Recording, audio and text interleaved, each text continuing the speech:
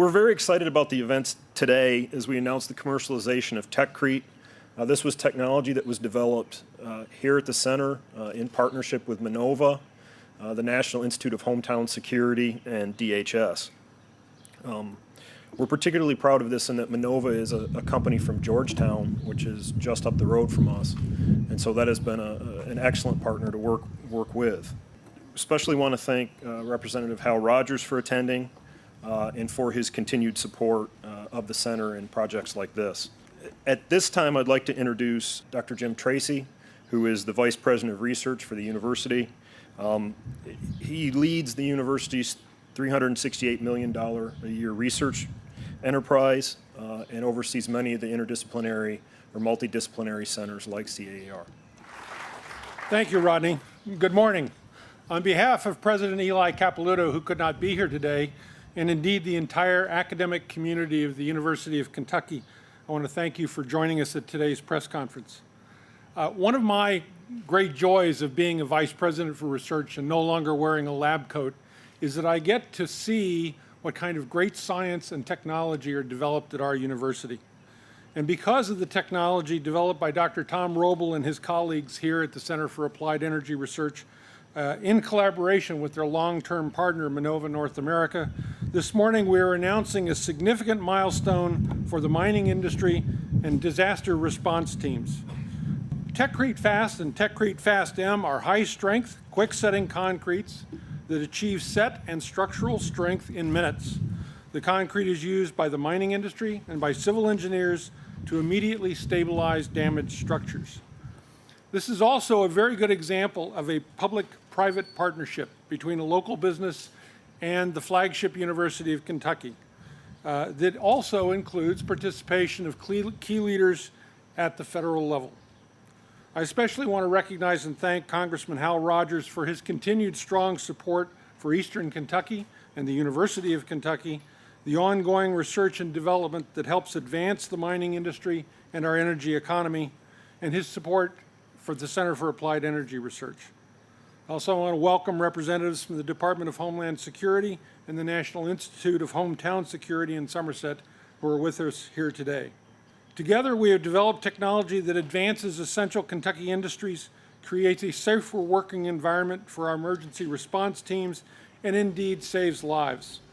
The applicability of this technology goes beyond the borders of the Commonwealth, impacting the safety of response teams in any major natural disaster, a terrorist attack, or a devastating accident.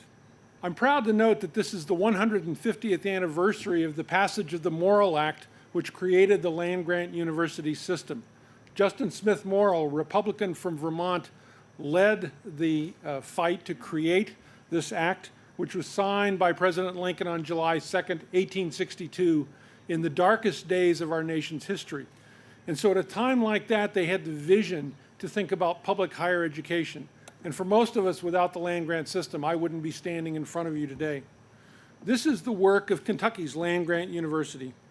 We serve the state with which we share a 150-year-old covenant. In the words of President Capilouto, we are advancing our Kentucky promise, continuing to shine as a bright beacon for the Commonwealth toward a better tomorrow. Thank you once again for joining us today for this important announcement. Now I'd like to introduce Waverly McFarland, who is the Vice President for Minova North America. Mr. McFarland is Vice President of Marketing, part of Minova International, and is a global leader in offering mechanical, structural, and chemical-based solutions for underground mining, infrastructure, tunneling, and civil engineering applications. He's a graduate of Purdue University, his BS in microbiology from Emory University, and obtained an MBA in marketing. Mr. McFarland. Thank you and good morning. On behalf of Minova and our parent company, Orica, I'd like to thank the University of Kentucky, Department of Homeland Security, and the National Institute for Hometown Security for selecting Minova as your industrial partner on this very significant project. As Dr. Tracy said, this is an excellent example of how government, academia, and industry can work together to solve a common problem that's pervasive in a lot of areas, both in an underground mining environment, but also in the disaster recovery and first responder environment. From a commercial standpoint, we believe that this product has a very bright future. It's currently undergoing evaluations in a number of locations in underground mining applications, and we just got word last week that we've got a civil engineering firm that would like to begin trialing this material. The feedback we're getting is very positive, especially from the miner standpoint. They like the ease of use, the ease of applicability, the fact that you can use less material than what's currently available for this type of application. And it really enhances the safety and productivity of the underground mining environment, which is one of the things that Minova strives for in all of our product offerings. So again, thank you for the opportunity, and we look forward to the next chance to partner with UK and the federal government on similar type projects. Next up will be Ewell Baltrip. Mr. Baltrip is President and CEO of the National Institute for Hometown Security. He was also the founder and executive of that organization. He's responsible for overall operations of NIHS, which seeks out and engages research and development opportunities that focus on protecting community-based critical infrastructure.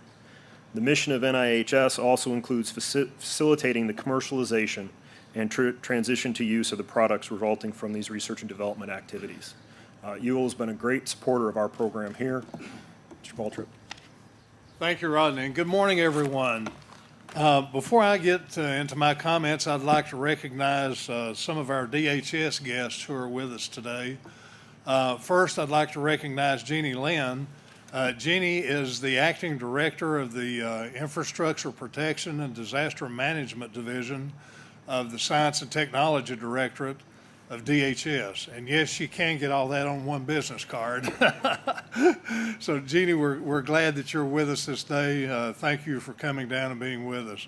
Also with us is Larry Skelly. Larry is our program manager and works with us on a daily basis and is absolutely dedicated to assisting us in doing our job better for DHS and for the nation as a whole. So Larry, thank you for what you're doing with us and for us, and thank you for being here as well.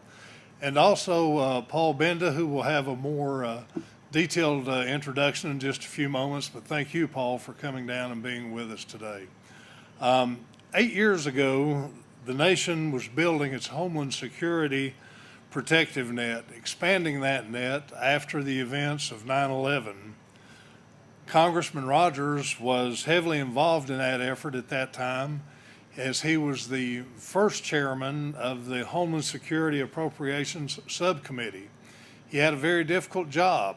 The Homeland Security Department was just being stood up, and he was in charge of making things work from a financial perspective.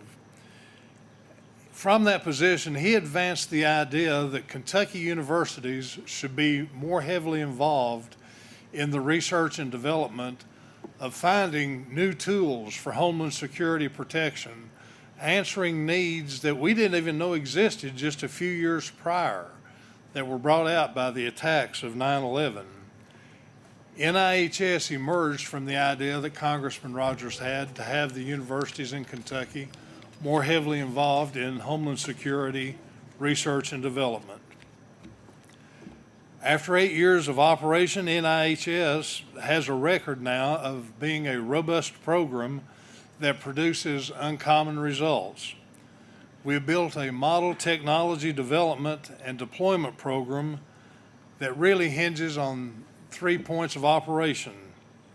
First, we address needs that are identified by DHS. Our projects answer specific needs that have been vetted, identified, and advanced to us through a DHS process. Secondly, we engage the existing research and development capacity to address these new Homeland Security challenges. We do not need to reinvest in facilities such as this. Through our program, we engage and use the capacity that is already in place. And finally, NIHS assists with moving the research product out of the lab and into the marketplace where it does have usefulness and where it does add to the protective net that we have. In a nutshell, at NIHS, we manage a process that discovers, develops, and deploys Homeland Security Solutions. As I said, NIHS engages the university community in Kentucky as its primary R&D asset, and UK has played a major role in our research program.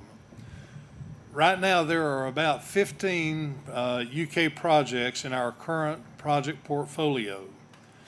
I'm really proud to say that 8 of these projects have resulted in new companies to market the products of R&D, or companies such as Minova have picked up the product and added those products to their existing market lines. We have other projects in process that I'm sure will have similar outcomes. The DHS investment in research at UK is about $25.5 million through our program. As the products move out of the lab, the return on this investment is still being calculated in terms of, first of all, new protective measures that respond to new challenges, in terms of enhanced resiliency of our critical infrastructure, and finally, in terms of economic impact, because as R&D is the engine of new economic development and of new economic activity. As we move ahead, we think that this return will contribute to a strengthened Homeland Security system. Thank you for having me here today. We appreciate the opportunity to work with UK and Dr. Roble, Dr. Andrews, and the group here at CAER. Thank you all very much. Next up, I'm very happy to introduce Mr. Paul Benda, who's the Director of Homeland Security Advanced Research Projects Agency. Mr. Benda joined the Department of Homeland Security Science and Technology Directorate in January 2010. He also serves as the Undersecretary's Chief of Staff, besides being Director of Homeland Security Advanced Research Projects. Prior to this, he was with the Department of Defense, where he was Director of Project Integration Office, following a career with the U.S. Air Force Research Laboratory. Mr. Benda. So one of the things that strikes me as I'm here is the number of people that have been so polite and welcoming and thanking me for coming. And frankly, what I need to get the message across to you is I need to thank you. Thank you for your hard work. The R&D aspect of developing technologies is actually the easy part. The hard part is transitioning those things. And I think NIHS, working with its consortium across the state of Kentucky, has found a secret sauce that works. Partnering with industry and getting these things commercialized is really the key to making our R&D investments useful. It doesn't do me any good to develop a technology that ends up in a lab and doesn't get used. And so you guys going out there and building those partnerships with industry, something you and your group need to be accommodated on, is the key to this. You know, one of the things that I look at, and from my past, I was a program manager at DARPA, the Defense Advanced Research Projects Agency, and I was funded to build the next generation protection system for the Pentagon. And then the Pentagon actually hired me over to implement that system over there. And it really struck home to me is that R&D part was the easy part. Even though I was in the Pentagon, even though I had the support of the Secretary of Defense and the funding to implement this new system, that change was really hard. And in the 4 years I spent there, I finally had gotten most of that system in place and the prototype in place. And so I just want to reiterate for you, as you look at those R&D projects, I need you guys to look to the future and see how is this stuff going to be commercialized? How is it going to be put into the field? How can I make a market for these products? You know, we at S&T have had our budget cut in the past year. It's a really tough year for the nation as a whole. We understand that. But as we look to the future, it really made us rethink how we do business.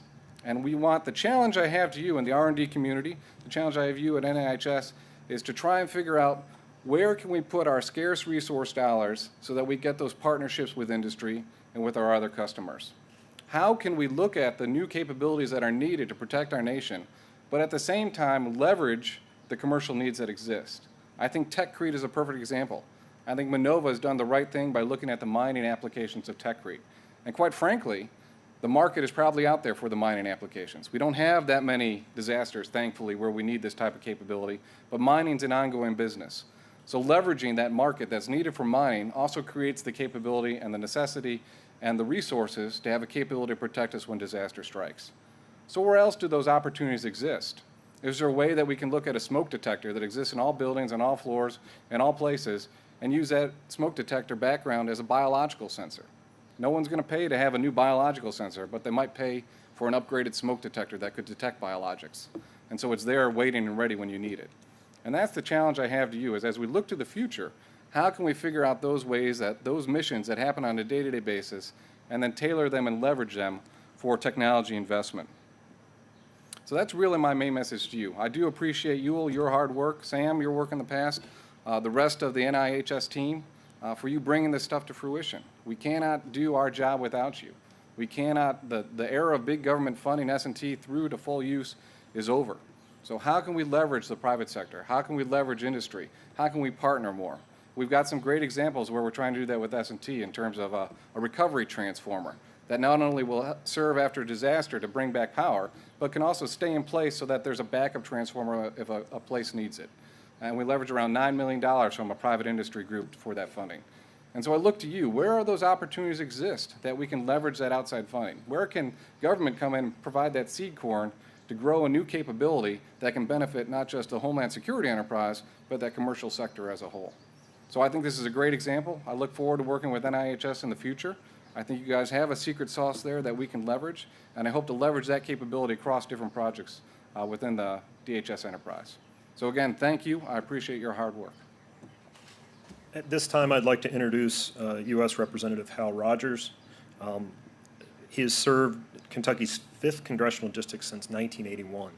He's currently in his 16th term representing Southern and Eastern Kentucky and is the longest-serving Kentucky Republican elected to federal office. As chairman of the House Appropriations Committee, his focus is on reducing the size and scope of the government by reining in federal spending, conducting rigorous but thoughtful oversight of federal agencies, and restoring fiscal discipline and transparency to our budget process. Congressman Rogers was the first leader to the newly established Subcommittee on Homeland Security in 2003. Under his leadership were developed programs such as NIHS that were looking at how do we take the technologies in the universities and the small industries in states like Kentucky and turn them into solutions for national security. I'd also like to thank Congressman Rogers for his ongoing support of the university and for the Center for Applied Energy Research. Rodney, thank you for the nice introduction. Congratulations to all concerned. This is the latest example of federal and local and educational institutions linking up together to solve a common problem that we have. When I chaired the subcommittee on Homeland, and we were attempting to stand up the department, unite 22 different federal agencies into a workable unit, it dawned on me and others that we were not yet capable of enlisting the firepower on our colleges and universities campuses, the research capability of which the nation is blessed. And so we started the NIHS as a model of how we could try to utilize the intellectual firepower on these campuses married to a need that the nation had identified. Thus, this type of project. This is only one now of several that U of Altrip and that center, along with DHS, has brought to fruition. This product that we're talking about, TechREIT, not in addition to being a commercially available product for underground mining, as has been said, gives us the capability in case of a natural disaster or man-made disaster of stabilizing buildings and the like while we rescue those inside. This is a real product. The idea behind NIHS was to engage the firepower on the campuses to problems that DHS had identified, but also as a side effect we hoped would generate some businesses from the private sector and create some jobs in Kentucky and other places along the way. And those products that the NIHS has fostered with the department has proven just that. That's an extra bonus. So I'm pleased with the work of NIHS and the department as evidenced by this success story today. So this event celebrates the success of that research project and the commercialization of that product. Our first responders, I think, will probably be the biggest users of this product in due course of time. And I can see situations where we have a disaster involving buildings and the like that are unstable, and the rescuers cannot afford to go in until the building is somewhat stabilized. This gives us the capability within minutes of freezing that problem so that our rescuers can get into that structure or buildings and rescue people before it's too late. So this will be a life-saving product. That's what it's designed for. What other uses are found for it in the commercial world will be a bonus. But I want to congratulate the University of Kentucky on this project. NIHS charter requires them to seek out in Kentucky consortia of colleges and universities and link them together on a particular project, bringing to bear the particular expertise that that campus has. In this case, the University of Kentucky had the capability that was matched to the requirements of this project. So congratulations to DHS, to NIHS, to the university, and to the company that's moving this product out into the marketplace. You've done a great job, and we salute you. Godspeed.